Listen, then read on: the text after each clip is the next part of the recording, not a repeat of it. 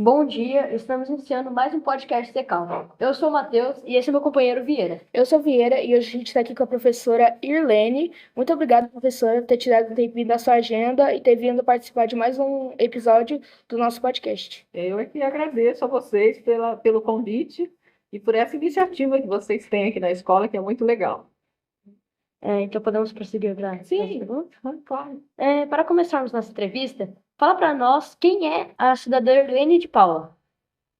Arlene Aparecida de Paula, e hoje também com o sobrenome Pedro, que eu herdei do marido. Eu cheguei aqui em 66, em Campina da Lagoa. Meu pai era servidor público também.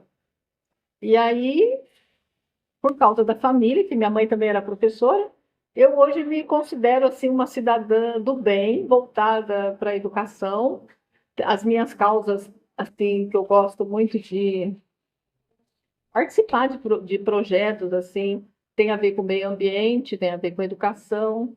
Eu gosto muito de música também, curto muito música. Me envolvo nessas questões mais ligadas à educação mesmo. Sim, professora Irlene, durante seu período em sala de aula, quais foram os seus maiores desafios? Muitos, né? Acho que todos os professores que eu conheço, e professores que têm, assim, essa vocação mesmo, eles têm muitos desafios, né? Em primeiro lugar, nosso primeiro desafio, e o meu primeiro desafio, era fazer com que os alunos gostassem de aprender, né? Porque isso é o que mais importa. Não importa o que eu estou falando, importa se o meu aluno está entendendo o que eu estou falando, se ele está aprendendo, né? E nessa jornada que a gente tem de fazer descobertas de como, porque a faculdade ela não ensina tudo, sabe, meninos? A faculdade ela dá um ensinamento teórico, científico, que lá na sala de aula a gente vai ver que serve para pouca coisa. Que na verdade nós temos que conhecer, primeiro ter muita vontade, e segundo a gente tem que conhecer metodologias que façam com que o aluno aprenda e tenha vontade de aprender. Então, eu acho que esse foi o meu maior desafio na sala. Sim, professora, a senhora teve algum mentor ou colega que a inspirou no início da sua carreira? Bastante. Eu fui aluna do Colégio Positivo no ensino médio. E lá no Colégio Positivo, naquela época, nos anos 70, a aula era uma inovação, porque os professores. Oi, desculpa, gente, eu vou ter que desligar o celular aqui. Só um pouquinho, tá? Pronto.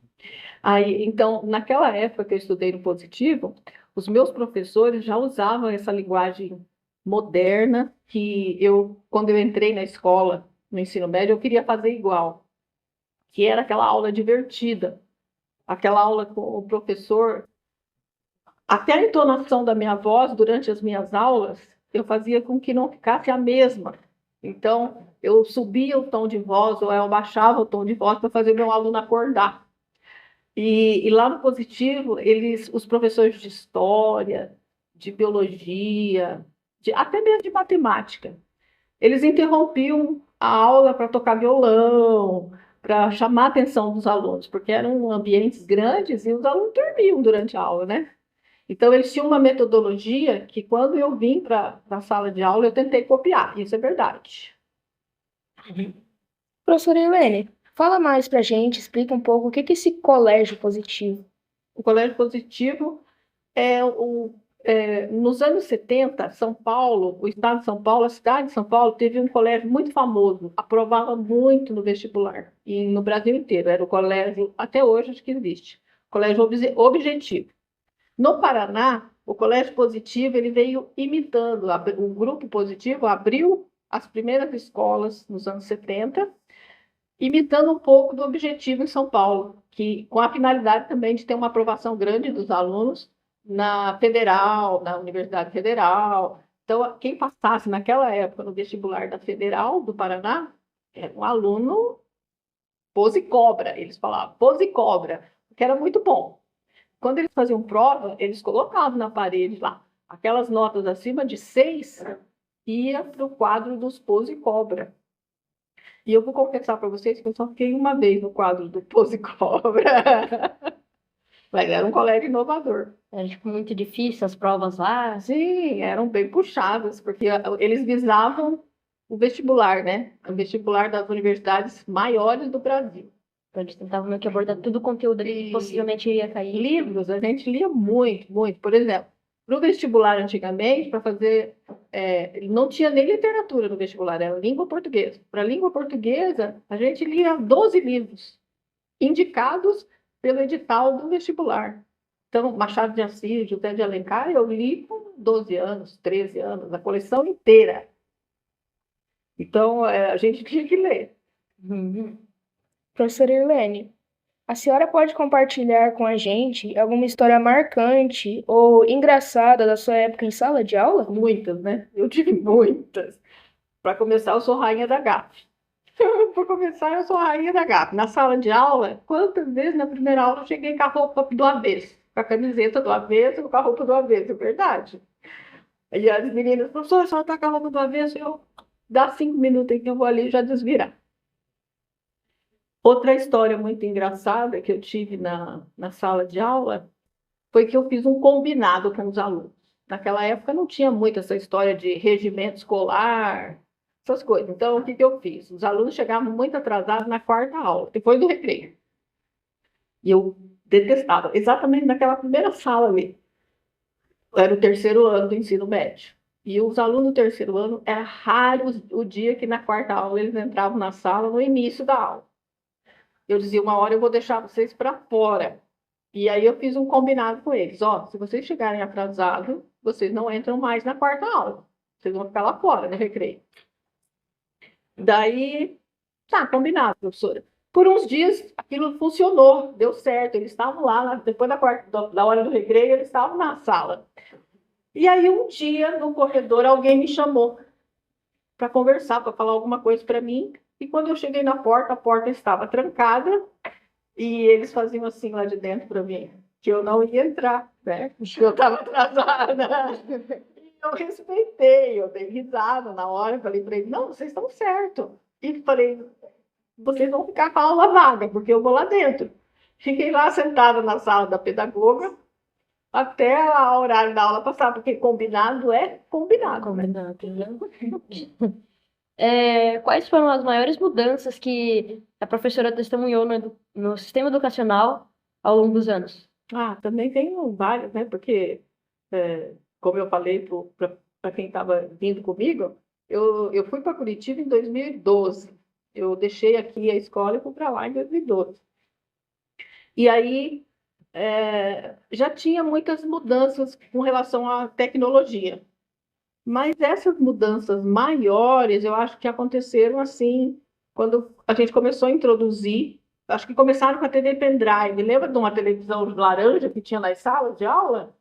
Aquela televisão foi revolucionária nas minhas aulas, porque eu passei a usar um pendrive que tinha, além de vídeos e áudios, que o governo, às vezes, existia no site Dia a Dia Educação, lá tinha recursos didáticos para as aulas que a gente ia dar.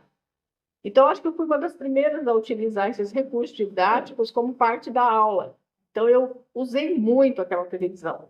E eu tinha outra coisa, eu sempre deixava 5 minutos da aula para os alunos. Eu dizia assim, se vocês prestarem atenção, se vocês me deixarem dar aula, vocês vão ter 5 minutos. Os 5 minutos finais é por conta de vocês. E eu levava muito vídeo que eles gostavam, tanto videoclipe de música, das mais diversas vertentes, aí, por exemplo, Ivete Sangalo, sertanejo, e eles podiam escolher um vídeo para eles assistirem. Então, a gente fazia esses combinadinhos durante a aula que funcionavam para mim. E daí eu usei muito essa TV Pendrive. Eu acho que ela foi uma das inovadoras, sabe? Das tecnologias e das mudanças. Eu acho que assim, a gente pode, inclusive, dividir a educação antes da TV, pendrive, antes da tecnologia e depois da tecnologia. Outra coisa que eu gostaria que vocês soubessem, e que existe no YouTube até hoje, é que alguns trabalhos que eu dava naquela época, eu fazia com que o aluno postasse no YouTube. Eu dizia assim: vocês podem me apresentar o trabalho como mídia. Pode ser um vídeo, pode ser slide, pode ser uma música, uma paródia, sabe? Eu não gostava de lidar só com papel. Até hoje eu não gosto muito de papel. E daí eu dizia, vocês podem apresentar. E depois da apresentação, depois que vocês fizerem a apresentação do trabalho, se o trabalho estiver legal, vocês podem pôr no YouTube. E fica lá. E eu tenho uma peça que eu fiz de teatro aqui com os alunos, chamado Joãozinho da Maré. Essa peça está no YouTube até hoje, que os alunos ensinaram aqui na escola. Professora, a senhora se arrepende de alguma decisão que tomou na sua carreira? Não. Talvez por não ter administrado corretamente a minha carreira, porque a vida pessoal da gente também exige. A gente tem filho, casa, marido, e às vezes você esquece um pouco da vida profissional, de administrar essa vida profissional. Mas eu não me arrependo de nada. Bom. Prof, quais são as principais responsabilidades e desafios do seu trabalho atual? É bem maior do que era dentro da sala de aula. Posso garantir para vocês. Por que maior? Porque eu lido com pessoas adultas. E quando quando eu falo que lidar com um jovem, com criança e adolescente, para mim é melhor, é porque nós temos ajuda do pai, da mãe, da família. Naquela época eu conversava também com pai e mãe. Isso a gente faz assim, negociando. E com adulto hoje em dia, a gente não tem muita negociação, a gente não tem campo. Eu sou uma pessoa altamente do diálogo. Eu resolvo tudo conversando. Comigo não existe essa história. Eu não gosto de alguém. Eu simplesmente sento e converso. Eu chego no fim de uma conversa. A maioria das pessoas surta no meio da conversa. Eu posso tremer, meu coração pode acelerar, mas eu chego no fim da conversa. E eu acho que uma conversa, ela tem que resolver os nossos problemas. Se não resolver uma conversa, pode ser duas, pode ser três conversas. Até resolver o problema. Até resolver o problema. Então, é exatamente isso que eu penso. Então, para mim, hoje, lidar com pessoas adultas que não sabem conversar é o maior desafio. Porque eu não sou documentador, eu sou assistente do núcleo. E eu tenho demandas, ou seja, eu tenho as minhas tarefas muito claras numa resolução. É oficial isso. Ou seja, o que eu devo ou não fazer está escrito num documento que é uma resolução da secretaria. Só que a maioria das pessoas não sabem disso. E ainda tratam o assistente como um documentador, ou seja, em 2021 essa função mudou. Mas muita gente não sabe. Ou então muita gente acha que essa função é só lidar com papéis. Não é. Você tem que conversar. Além de lidar com os papéis, você tem que conversar. Você tem que distribuir aula, você tem que achar o melhor professor, você tem que respeitar a classificação das pessoas nos processos seletivos, lá na ordem de classificação, você tem que respeitar.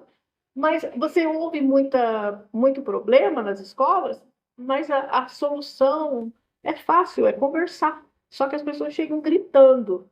Elas chegam gritando, surtadas, e aí é a dificuldade. Eu tenho essa dificuldade. Eu gosto, eu falo assim, ó, se acalme, vai para casa.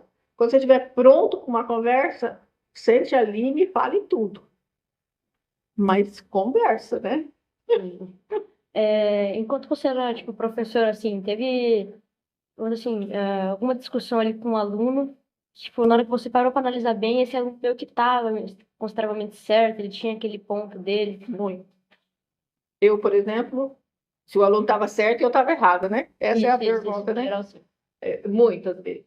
Porque, assim, eu também tenho uma outra facilidade. Como que é teu nome? Esqueci. Matheus. Eu tenho outra facilidade, Matheus. Eu mudo de ideia. A maioria das pessoas não muda de ideia. E eu mudo de ideia. Depende do argumento. Às vezes Se o aluno tem um bom argumento, Eu falo, você está certo, eu fui injusta ali. Entendeu? Eu mudo de ideia. E eu mudo e reconheço meu erro. Vou lá, inclusive, consertar. Às vezes tem muitas pessoas que, tipo, deixa meio que o ego fala mais Não, forte que não não. tem, eu não tenho esse negócio de ego. Como a sua experiência como professora ajuda no seu trabalho de documentador escolar? Exatamente aí. Né? Na questão eu sempre fui uma professora negociadora.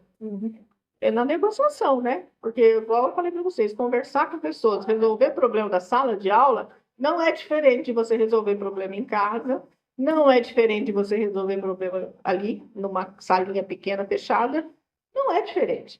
Para conversar, a gente tem que conversar. O aluno tem que me deixar falar. Eu sempre dizia isso na sala. Se eu falar e não for ouvida, vocês não vão saber se é injusto ou se é justo, né? Se vocês falarem e eu não ouvir, eu também não vou saber se é justo ou injusto. Então a gente tem que se ouvir. Primeira coisa. Professora, qual a importância da documentação escolar para o bom funcionamento do sistema educacional? Muito, gente. Muito. Essa escola só funciona se ela tiver certificado de bombeiro, autorização para funcionar, e tem que ser a cada 2 anos renovada essa certificação de bombeiro, autorização. A vida legal da escola ela tem que ser renovada a cada 2 anos. Então, por exemplo, tem que ir lá na documentação e ver se está tudo ok, porque tem um monte de documentação que vence, documentação que muda, né? E a gente tem que estar por dentro disso.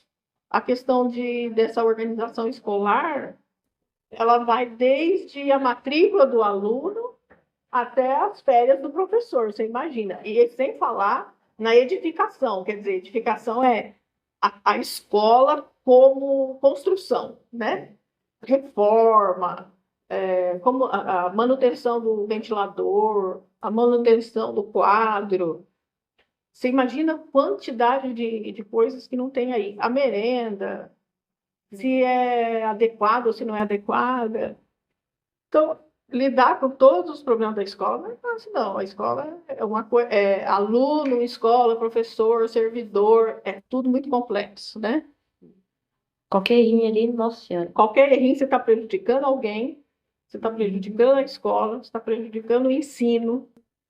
Então, eu sou muito atenta nisso. Aliás, eu me intrometo até onde eu não deveria me intrometer. Mas para quê essa intromissão? Eu não sou bombeira. Eu falo assim, quando eu escuto, às vezes, professores, diretores e alunos, eu escuto eles no momento do problema. Daí a gente costuma dizer, estou apagando incêndio, mas eu não quero incêndio. Eu gosto de prevenir incêndio. Então, o que eu faço? Eu estou vendo uma situação ali, aquela situação vai levar a um problema. Eu vou lá e resolvo aquela situação. Antes que o problema apareça, entendeu? Como a senhora vê o papel dos pais e da comunidade na educação dos jovens nos dias atuais? Os pais, a família é fundamental, né, gente? Família tem que orientar. Não existe essa. Eu acho que hoje em dia existe uma grande confusão dos pais entre ser amigo e ser pai.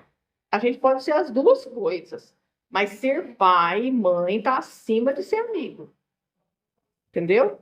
Então, veja bem, você dependeu de mim, o meu filho depende de mim para andar, para me ensinar ele a andar, para eu ensinar ele a comer, para eu ensinar ele a tomar banho, para eu ensinar ele a pôr roupa. Por que ele não vai depender de mim para eu ensinar ele sobre a vida?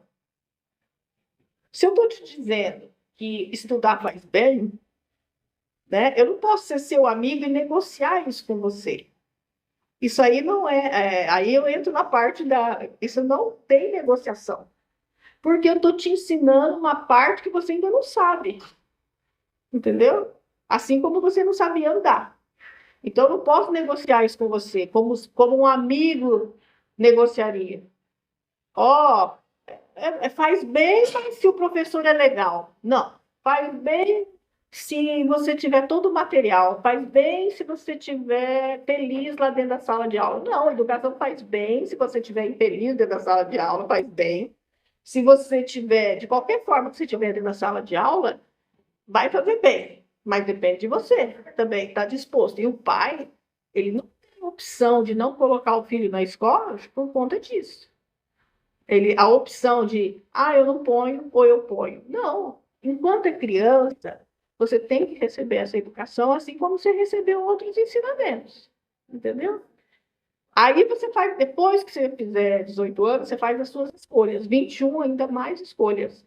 Você vai fazer, começa a fazer escolhas. E na vida aí você vai perceber que nem tudo que é ruim, você pode colocar de lado. Às vezes você tem que aturar muita coisa para poder chegar onde é bom, né? E assim com a vida também. Então o pai não pode ser muito amiguinho. O pai tem que ser pai. Mãe tem que ser mãe. É isso que eu acho. Professora Irlene, em sua opinião, quais são as habilidades e competências mais importantes que os alunos devem desenvolver hoje em dia? Então, a habilidade é aquilo que você já traz, né? E há algumas habilidades, elas inclusive, eu acredito assim que algumas habilidades você traz lá da família, dos seus primeiros ensinamentos. E as competências você vai desenvolvendo. Então, eu acho que a escola ela tem que estimular o aluno a descobrir qual é o desenvolvimento da habilidade vai depender do que você gosta, mas a escola tem que te estimular. Então, várias competências vão ser colocadas para você adquirir novas habilidades. A principal é gostar de ler, gostar de estudar, né? Porque você vai trabalhar com muita coisa que vai depender de leitura, vai depender de tempo, de repetição, né? Professora Helene, como a tecnologia tem impactado a educação, tanto positiva quanto negativa? Positivamente, ela tem impactado na questão da ferramenta ser mais útil. São várias ferramentas que podem ser usadas aí como recurso didático, né? A professora pode, por exemplo, usar como recurso didático fazer um podcast, né, para vocês aprenderem. Ela pode usar, por exemplo, mídias digitais hoje, tecnologia, até o próprio celular vocês usam, as plataformas, que são importantíssimas, a plataforma de matemática, a plataforma de inglês, apesar das pessoas. Na verdade, hoje o que está meio inconsistente é a carga horária da matéria, da disciplina e o uso dessas plataformas, que deveria ser maior. Mas acho que é o momento que vocês têm contato, vocês podem praticar em casa também, né? Então, veja bem, essa tecnologia, esse lado bom, ele vai desenvolver bem mais as chances de aprendizado. São novas metodologias que o aluno vai ter a seu favor para aprender. Negativamente, uma das tecnologias, o uso indiscriminado da tecnologia pode trazer também ansiedade, depressão, né? Porque o aluno, às vezes, ele abusa das horas no celular, né? Só jogando ou só na rede social, não fazendo nada de útil. Ali ele vai absorver muita coisa que é negativa, muita coisa que, em vez de estimular o cérebro a pensar, vai fazer com que você fique ansioso. Vai sobrecarregar. Isso, vai sobrecarregar, é verdade. Até a dependência, né, de estar sempre ali. Isso. O que inspira a continuar trabalhando na área da educação? Eu sou apaixonada por educação, né? Sempre fui. Quando eu já fui gerente da Caixa Econômica. Eu trabalhei aqui muitos anos na Caixa Econômica. Eu saí do banco para voltar para o magistério. E eu tinha um amigo que chegava lá na Caixa e falava assim: Oi, professora. Eu dizia: Não sou mais professora. Porque antes de entrar na Caixa, eu já era professor de ciências. Daí ele falava: Não, você está bancária, mas você é professora. Ele tinha razão, eu sou professora. E eu acho assim que eu sempre gostei, né, dessa. Eu gosto do contato com pessoas. As funções administrativas, para mim, igual essa função que eu estou ali, ela só faz sentido se eu tiver contato com pessoas. Por isso que eu ando bastante na escola. Professora, agora a gente vai para nossas perguntas ping-pongs, que são as perguntas rápidas com respostas rápidas. Vamos? Você prefere café ou chá? Café. Sou elétrica. Débito ou crédito? Crédito. Lugar favorito? Praia. O que te deixa feliz? Que te deixa triste? Fome. O que te Ver a deixa- fome. O que te deixa feliz é? Ver crianças aprendendo, adolescentes aprendendo. Eu gosto de criança, adoro. O que te deixa apavorada? Guerra. O que te deixa motivada? Muito pouca coisa. O que me deixa motivado é isso aqui que nós estamos fazendo. É uma iniciativa nova dentro da escola e sempre em favor do aluno. Se você pudesse ter um superpoder, qual seria? Acabar com a guerra, claro, Você tem medo de? da guerra. Por exemplo, né, lá em Gaza, por exemplo, está tudo destruído, então eu tenho medo da guerra. O que a senhora se arrepende? Nada, de nada. Meu professor. Não, tem mais. Nossa, essa tava tudo bom. O que você menos gosta em si? A teimosia, vamos dizer, a ansiedade também, que eu também sou um pouco ansiosa. O que você mais gosta em si? A honestidade, sinceridade, O que é família? tudo, né? Família é o nosso sustento, né? Tudo. Indica um livro pra gente.